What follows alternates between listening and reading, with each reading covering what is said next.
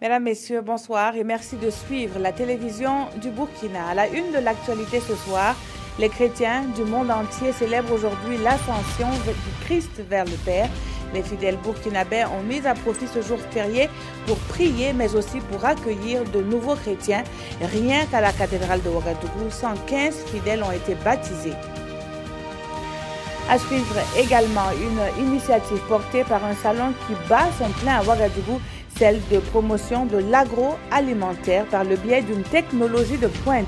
Elle devrait permettre aux promoteurs burkinabés d'être plus compétitifs sur le marché mondial et par ricochet de mieux vendre le Made in Burkina. La cohésion sociale mise à rude épreuve en ce moment est au centre du règne de Bassori Ouattara. Il est le tout nouveau chef de canton de Karangasso-Vigué. Nous irons en images dans cette localité située à une soixantaine de kilomètres de Bobo-Dioulasso pour assister à la cérémonie d'intronisation. C'est un dossier culturel à suivre dans un peu plus de 20 minutes. Mais avant, cette nouvelle qui bouleverse le parti de l'Organisation démocratique de la jeunesse du Burkina Faso, ODJ. André Tibiri est décédé ce mercredi 24 mai en Tunisie des suites de maladie. André Tibiri a été l'un des leaders estudiantins les plus emblématiques de sa génération. Président de l'UGEB, il avait notamment conduit les contestations estudiantines et la grève de 1997 contre le gouvernement cadré Désiré Ouedraogo, une contestation au cours de laquelle il était passé par la case prison, incarcéré à la maison d'arrêt de correction de Ouagadougou. André Tibiri avait pris une part active à la lutte du collectif des organisations démocratiques de masse et de partis politiques mises en place après l'assassinat du journaliste Norbert Zongo. André Tibiri, âgé de 46 ans, était précédemment maître de recherche au CNRST et président de l'ODJ. Paix à l'âme du disparu. Et nous sommes aujourd'hui au 40e jour après Pâques. L'Église célèbre aujourd'hui l'Ascension qui marque la dernière rencontre de Jésus avec ses disciples après sa résurrection. L'Ascension, c'est aussi le symbole du nouveau mot donc de présence du Christ. Ce jour à la cathédrale de Ouagadougou, des centaines de fidèles ont été baptisés. Isaka Ouedraogo, Tanga Kafando, reportage. C'est avec enthousiasme et ferveur que les fidèles catholiques de la cathédrale de Ouagadougou ont commémoré l'Ascension, une occasion pour ces fidèles de dire non seulement au revoir à Jésus-Christ, mais aussi de rappeler la feuille de route du chrétien. L'Ascension ressemble à un au revoir, le Christ qui disparaît à nos yeux, mais c'est en réalité une façon pour le Christ de nous responsabiliser, parce qu'à partir du moment où il n'est pas là, il nous dit que nous sommes devenus capables de le représenter. À ces fidèles, j'ai juste rappelé la feuille de route du chrétien qui se résume en 3 mots. C'est d'abord une image, l'image du corps. Nous sommes le corps dont le Christ est la tête. Ensuite, c'est une fonction, la fonction d'ambassadeur. Le Christ nous envoie comme ses ambassadeurs dans le monde. Et c'est enfin une attitude, la responsabilité. À cette célébration, 115 fidèles ont eu droit au sacrement du baptême et de la première communion. Et pour ces nouveaux baptisés, c'est la joie d'être lavés de tout péché.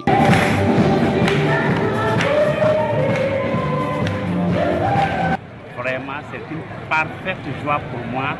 Je me dis qu'il a emporté tous mes soucis au ciel. Je suis né de nouveau. Que cette entrée dans la grande famille vraiment me soit une joie pour toujours. Chants, danses et louanges ont rythmé cette célébration, un grand moment de ferveur religieuse. Et en ce jour férié, une activité a tout de même nécessité la présence des médias à Kosiam. Il s'agit d'une audience accordée ce matin au président du Conseil économique et social du Bénin. L'hôte du président du Faso affirme que le Burkina est sur la bonne voie de la relance économique. Plus de détails avec Urbain Benito Somé et Tanga Kafando. Accompagné de son homologue burkinabé, le président du Conseil économique et social du Bénin est venu échanger avec le président Roch Marc Christian Kaboré sur la question de la relance économique au Burkina. tous les pays vivent la même situation. Donc je voudrais inviter à la patience, au courage et à l'attente. J'espère que le peuple comprendra ce que nous vivons, c'est par tous nos États. Biantabé est présent à Ouagadougou à l'invitation du Conseil économique et social du Burkina Faso qui a ouvert le 23 mai dernier sa première session ordinaire de l'année 2017 sous le thème « Contraintes factorielles à la relance et à la compétitivité de l'économie burkinabé, enjeux, défis et perspectives pour une mise en œuvre réussie du PNDS ». Il a aussi été question de relance économique à travers le PNDS à la primature. C'est en début de soirée d'hier que le Premier ministre a, lui, eu des échanges avec des personnalités. Le point de ces audiences avec, cette fois, Koalen Ebié et Nathalie Sawadogo. Stéphane Lelux, dont la structure s'occupe du contrôle de l'ingénierie des grands projets de télécommunications, est venu parler des enjeux de l'économie numérique et des infrastructures de télécommunications pour le Burkina Faso. Notre structure aide les pays à définir les schémas directeurs en matière de numérique et par ailleurs à contrôler la construction des grands projets d'infrastructures de télécommunications pour que les réseaux soient, on va dire, des patrimoines nationaux de longue durée et que ces infrastructures soient de bonne qualité avec des prix de transport de l'Internet compétitif pour tous les citoyens et donc développer la qualité de service de l'Internet dans le pays dans les prochaines années. Avec le directeur Afrique BNP Paribas, il a été question d'expliquer la stratégie de sa structure. Il a aussi émis le souhait de BNP Paribas d'accompagner le gouvernement burkinabé dans la mise en œuvre de son PNDS. Nous avons discuté avec le Premier ministre de l'entretien des routes et de comment les financer, de quelles sont les solutions qu'on pouvait y apporter. Nous avons parlé également des logements sociaux ou des logements immobiliers, comment nous pouvions trouver des solutions pour les financer ou pour aider le gouvernement à accompagner la population à acquérir des biens. Pour l'instant, les deux visiteurs du jour n'attendent que la réaction du gouvernement burkinabé pour, disent-ils, l'accompagner dans le développement du Burkina Faso. C'est ce dimanche 28 mai que l'électorat concerné est attendu dans les bureaux de vote. La campagne, elle se poursuit normalement selon le président de la Commission électorale nationale indépendante. Cet après-midi, Newton Ahmed Barry était face à la presse pour faire le point. Compte rendu signé Ndong Bakouda et Frédéric Etienne Bassenga. Newton Ahmed Barry fait le point du processus électoral en cours dans 19 communes du Burkina. À quelques jours de ces élections partielles et complémentaires, c'est un président de la CENI satisfait de la bonne marche de la campagne qui s'est exprimé devant les journalistes. On peut dire globalement que jusqu'à aujourd'hui, les choses se passent relativement bien. Toutes les étapes ont été franchies sans accroc. Les dernières heures de la campagne sont en train d'être menées et nous n'avons pas d'incident déclaré. Il y a eu quelques alertes de ci, de là, mais relativement, le processus est resté sous contrôle. C'est ce dimanche ces élections partielles et complémentaires et côté sécurité, toutes les dispositions ont été prises. Plus de 4000 forces de sécurité et de défense seront déployées sur le terrain. Le matériel électoral, lui, est en cours d'acheminement et est escorté par des agents de sécurité. L'affaire des tablettes des députés, l'enquête parlementaire sur le foncier et sur les mines sont autant de malversations sur la table du RENLAC. Le réseau anticorruption a achevé sa 17e assemblée générale sur une note de satisfaction et pour cause, le RENLAC se félicite d'avoir réalisé 80,95% de ses activités prévues entre 2013 et 2016. Précision, Moussa Oudraogo et Ismaël Diloma Sirima. L'année 2016 a été marquée par de nombreux cas de malversation au Burkina Faso. Des constats faits par le réseau national de lutte anticorruption. Le RENLAC interpelle la justice et les organes de contrôle à prendre des mesures répressives contre les fautifs de corruption, notamment sur l'affaire des 130 tablettes des députés. Ainsi, le 10 novembre 2016, la remise de 130 tablettes aux députés de l'Assemblée nationale. Dans le même mois, les parlementaires feront encore parler d'eux en s'octroyant gracieusement la somme d'1 million de francs CFA comme appui à leur activité de redevabilité. Nous entendons qu'une poursuite judiciaire soit donnée donc, à ces rapports parlementaires. La 17e Assemblée générale du Rhin-Lac a été marquée aussi par la remise du prix de la lutte anticorruption à 3 journalistes de la presse écrite. Et c'est le journaliste Atiana Serge Oulon de l'événement qui remporte le premier prix pour son article intitulé « Corruption des magistrats dans le collimateur de la justice ». L'objectif n'est pas de travailler après compétit. On fait un travail d'information et en faisant ce travail-là, on a beaucoup plus fait attention en fait, à la portée, au fait que ça pouvait amener à changer quelque chose. Et comme c'était quelque chose d'assez inédit, parce qu'on n'a pas l'habitude d'avoir un justiciable généralement qui dénonce en fait, des magistrats pour des questions d'indélicatesse. Donc pour nous, c'était une première et dans notre jeune carrière, c'était quelque chose d'assez inédit qu'il fallait prendre avec beaucoup de précautions. Le plan stratégique 2017-2020 du réseau national de lutte anticorruption, entamé en janvier dernier, a été prêté à la presse. Il prévoit une étude de faisabilité pour la réalisation d'un futur centre de formation et de recherche sur la corruption. Le 30 juin prochain, ce sera fini pour le projet de renforcement des capacités de surveillance des maladies en Afrique de l'Ouest. Les acteurs sont réunis à Ouagadougou pour faire le bilan de ce projet démarré en 2013. L'on note que la surveillance épidémiologique a été renforcée dans l'ensemble des pays donc de la CEDEAO qui sont les bénéficiaires de ce projet. Le reportage de Paul David Bambara et Oumou Sissé. Ce sont là les derniers moments du projet régional de renforcement des capacités en surveillance épidémiologique et riposte en Afrique de l'Ouest, projet WARS. Mais avant sa clôture officielle prévue pour le 30 juin prochain, les experts des 15 pays membres de la CEDEAO font ici le bilan du dit projet.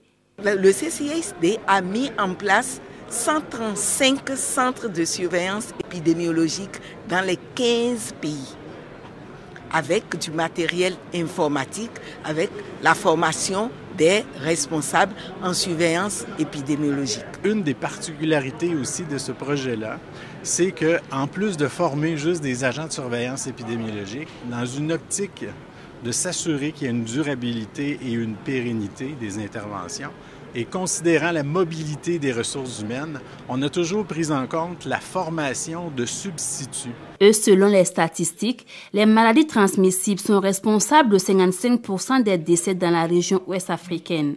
Au Burkina Faso, le projet WARS a permis l'amélioration de la capacité de surveillance épidémiologique. Nous avons bénéficié du renforcement des capacités de 15 centres d'information sanitaire et de surveillance épidémiologique, ce qui nous permet de surveiller de façon beaucoup plus efficace et efficiente un certain nombre de maladies à potentiel épidémique. Le projet régional de renforcement des capacités en surveillance des maladies en Afrique de l'Ouest est mis en œuvre par l'Organisation ouest-africaine de la santé en collaboration avec l'OMS, les fondations CDC et Mérieux, le Centre de coopération internationale en santé et développement et les universités d'Oslo et du Ghana. Il est cofinancé par la Banque mondiale et l'OAS. On en vient à cette plateforme qui vise à positionner les produits alimentaires locaux sur les marchés mondiaux. Une technologie mise au point Burkina est actuellement divulguée au pavillon du Soleil Levant. C'est sur le site du CIAO. C'est là que se tient donc le Salon international Business en technologie. Jean-Eudes Bayala et Ismail Diloma Sirima nous en disent plus.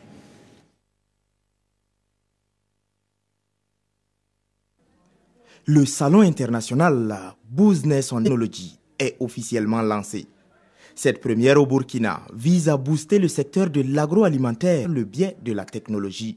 Le salon, il est vraiment innovateur parce qu'il permet aux hommes d'affaires, aux entrepreneurs, à tous ceux qui désirent faire des affaires avec l'international, de pouvoir nouer des relations de partenariat et développer leur réseau international.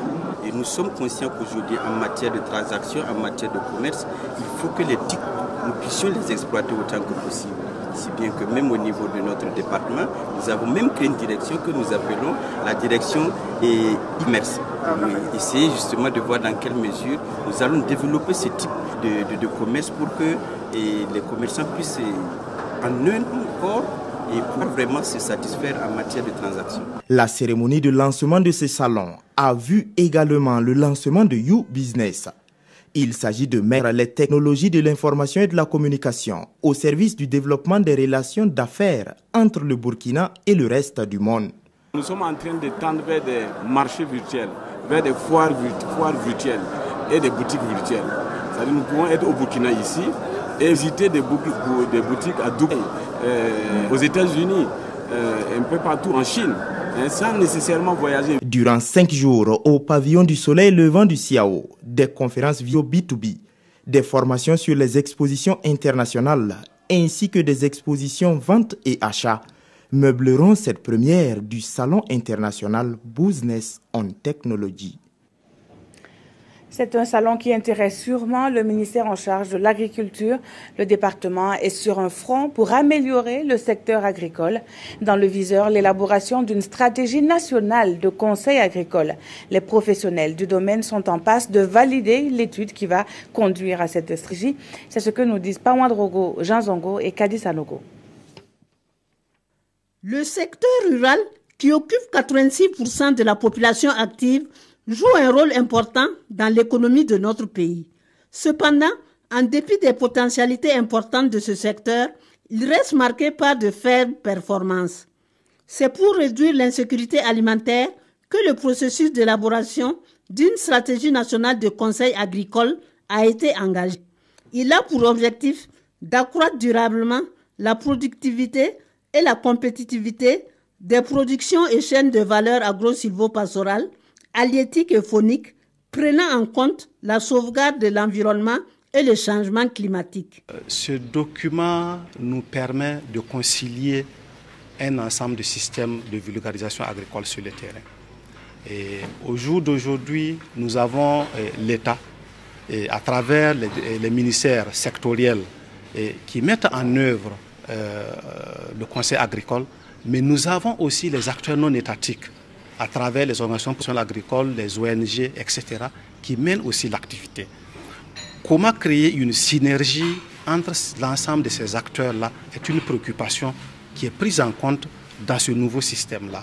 Et nous pensons qu'avec cette synergie-là, on pourrait aboutir à un système agricole, et en tout cas qui impacte positivement ce secteur-là. Cette rencontre va permettre à tous les acteurs du secteur rural de disposer d'une stratégie nationale de conseil agricole en phase avec les nouveaux enjeux et défis de notre agriculture. Et le sous-secteur de l'élevage n'est pas en reste. Là aussi, des experts sont réunis pour élaborer un plan d'action et programme d'investissement. Il est attendu des réflexions de ces acteurs, un outil commun d'opérationnalisation pour le secteur de l'élevage. Cette fois, Issa Kafando et Moumouni Soubaïga nous font le point. Le sous-secteur de l'élevage occupe plus de 80% du ménage au Burkina. Selon les acteurs du domaine, il contribue de façon significative au développement socio-économique du pays. Mais il reste encore confronté à de nombreuses contraintes qui limitent son développement. Ce présent atelier vise à changer la donne à travers la relecture du document du plan d'action et programme d'investissement du secteur de l'élevage. Nous avons, lors de la formation du gouvernement en 2016, le volet ressources halieutiques qui est revenu à l'élevage. Donc, ce volet ressources halieutiques a une politique, qui est la politique nationale de la pêche et de l'aquaculture. Et cette politique nationale-là, il faut qu'on la prenne en compte dans la révision du papier que nous entamons. Cette relecture permettra d'adapter le plan au nouveau contexte de développement en matière d'élevage et de ressources halieutiques.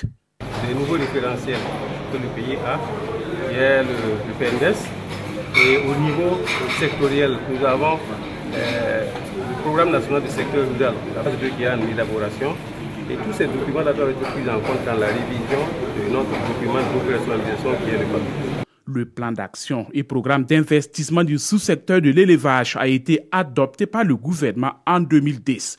Objectif, contribuer à la croissance soutenue du sous-secteur de l'élevage en vue de contribuer à la lutte contre la pauvreté, au renforcement de la sécurité alimentaire et à la promotion du développement durable. Une foire, justement, pour mesurer les potentialités et le savoir-faire du monde agricole. Pour la 4e fois consécutive, l'Association pour le développement du monde rural donne rendez-vous à Kienfaré pour la foire agro-silvopastorale. Près de 600 producteurs venant de tout le Burkina animent cet espace d'expression et d'écoulement des productions. Konsoun Koulibaly et Nyarkiteda. Le taureau qui attire le plus l'admiration à la foire de Kienfaré, ou encore ces cellules élevées à Ouagadougou et déportées sur place ici à la foire, c'est tout le charme de l'activité qui se veut une vitrine pour tenter les merveilles des productions des différentes régions agricoles. 4e édition du genre, la foire silvo-agro-pastorale de Kienfaré dans la commune rurale de Komsilga entend magnifier la production et célébrer l'excellence. Cette année, c'est une foire internationale. Également, avec les 7 partenaires, on a pu en tout cas gagner d'autres prix, comme par exemple le prix de l'association des maires du Burkina Faso, AMBF, le prix de l'association des régions du Burkina Faso, ARBF, le prix du maire de la commune de Komsilga. 3 prix vont être décernés à chaque filière de production, l'agriculture, l'élevage et l'environnement. L'AMR, l'Association pour le développement du monde rural, est claire, œuvre à la promotion des activités de production et de transformation des 3 secteurs pour améliorer durablement les revenus des acteurs du monde rural. Une option qui convainc le gouvernement qui décide d'accompagner les initiateurs dans cette activité. Et nous encourageons dans notre politique, nous encourageons ce type d'activité. Et c'est pour ça que ça fait deux fois de suite que je viens pour voir un peu et voir comment, dans quelle mesure nous pouvons les accompagner afin qu'effectivement ça puisse se tenir régulièrement et que ça puisse progresser et que ça fasse tache d'huile sur l'ensemble du pays. La foire dure une semaine et donne l'occasion aux producteurs d'échanger sur leurs expériences à travers 5 communications. C'est aussi une occasion pour le monde rural de se tirer d'affaire à travers les expositions-ventes. Dans un cadre beaucoup plus studieux, les journalistes sont invités à se pencher sur le rôle et les missions du Conseil burkinabé des chargeurs. Le Conseil de mutation du secteur des transports justifie cette formation initiée par le CBC. Plus de précisions avec Isaka Outraogo et Mariam Dao, puis Vincent Kendrebogo. Les journalistes et les travailleurs du Conseil burkinabé des chargeurs sont réunis pour une session de formation. Une session initiée par le CBC, mieux se faire connaître des hommes de médias. L'intérêt pour le CBC, c'est de faire mieux connaître le CBC par la population du Burkina Faso. Son rôle, ses missions, pour que effectivement les journalistes puissent être le vecteur pour apporter l'information aux différentes populations.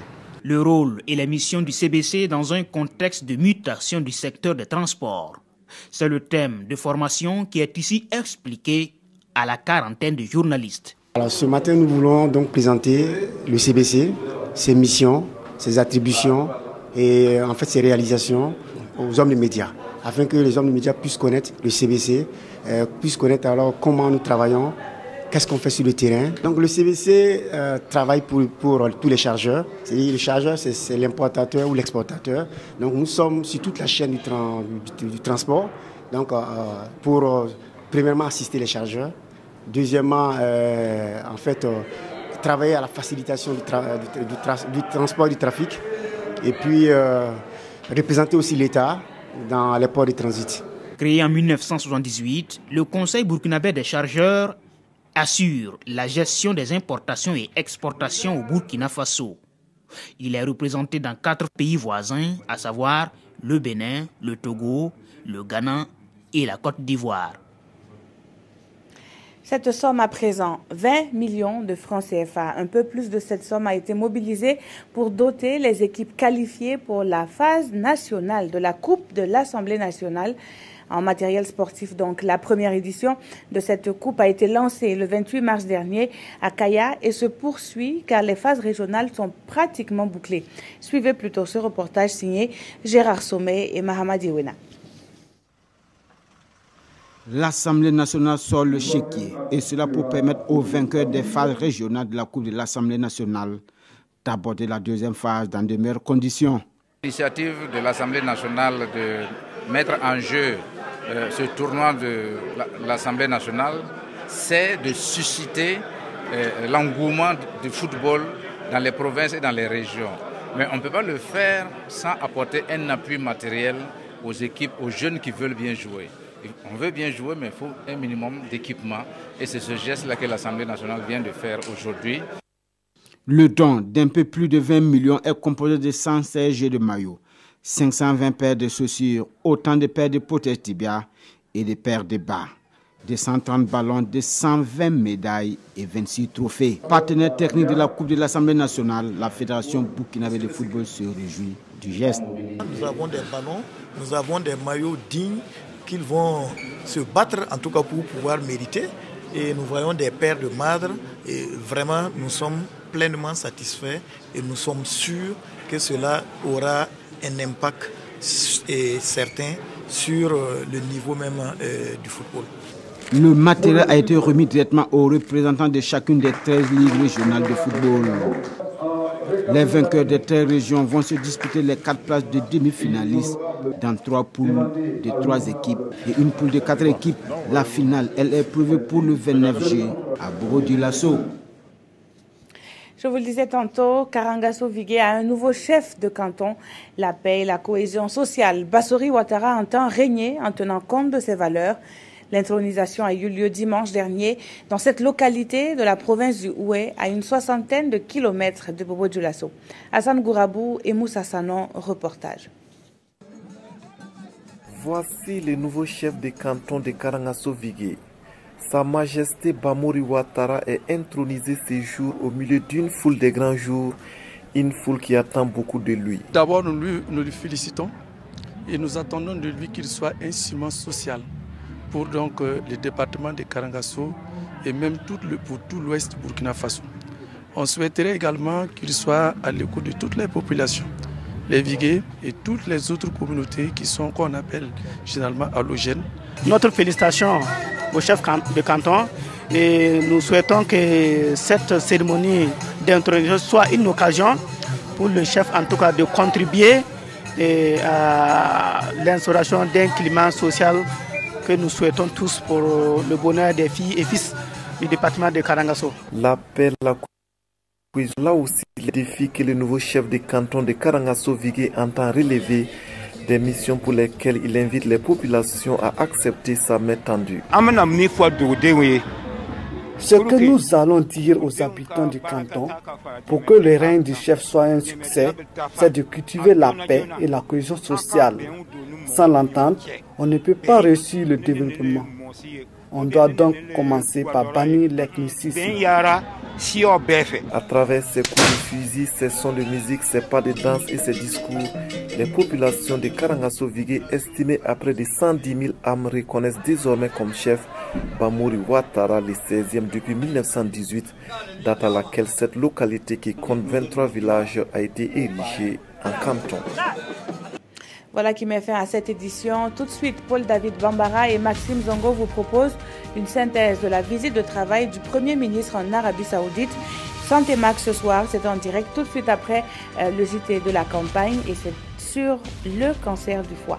Ruth Ouattara vous retrouve à 22h30 pour la dernière session d'information. Demain, vous retrouvez une autre équipe à 20h pour le week-end. Je vous retrouve la semaine prochaine. Très bonne suite de programme sur la télévision du Burkina.